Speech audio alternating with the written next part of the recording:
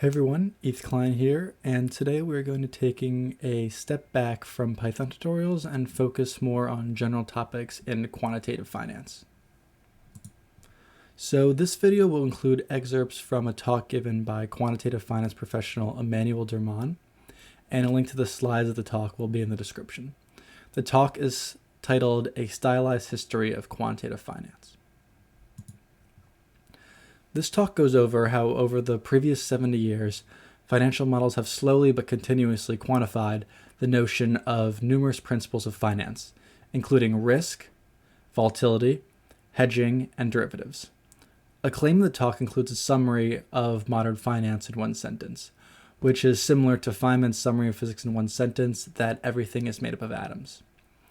For finance, Derman posits that, quote, if you can hedge away all correlated risk, and you can then diversify over all uncorrelated risk, then you should expect to return only the risk-free rate. Emanuel Derman is a great resource for all information concerning quantitative finance and financial engineering. If you like this content as well, and also my more practical hands-on tutorials, please be sure to like and subscribe. So one of the last slides from Derman's talk is titled Postmodern Finance, the Dangerous Reification of Parameters. In my opinion, this slide perfectly encompasses the current state of the market, and I believe it puts a lot of recent atypical market moves in context. He starts out by laying the groundwork that we previously used to eat food itself while not looking into the quantified nutritional values such as calories, macros, vitamins as much. Now we are eating for nutrition with less regard to the actual food itself. A good example of this would be the rise of meal replacement bars and protein shakes to fill your protein or macro requirements.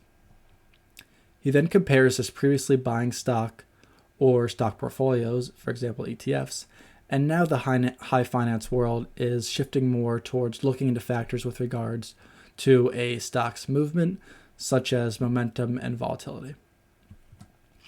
So this leads to people trading parameters instead of the regular old equities or derivatives.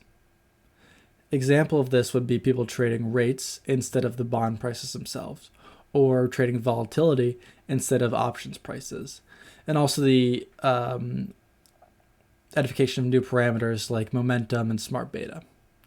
And models can turn these security prices into parameters. This all leads to these parameters being able to be more easily traded by the average or retail trader. So instead of putting together complex trades that would inherently mirror these parameters, you can now trade the parameter itself without adding much of your own complexity to how it's structured. So now one can easily trade credit with credit default swaps and can trade volatility with the derivatives of the VIX index or the volatility index. So the reification, which is the process of turning an abstract idea into a physical, more tangible good.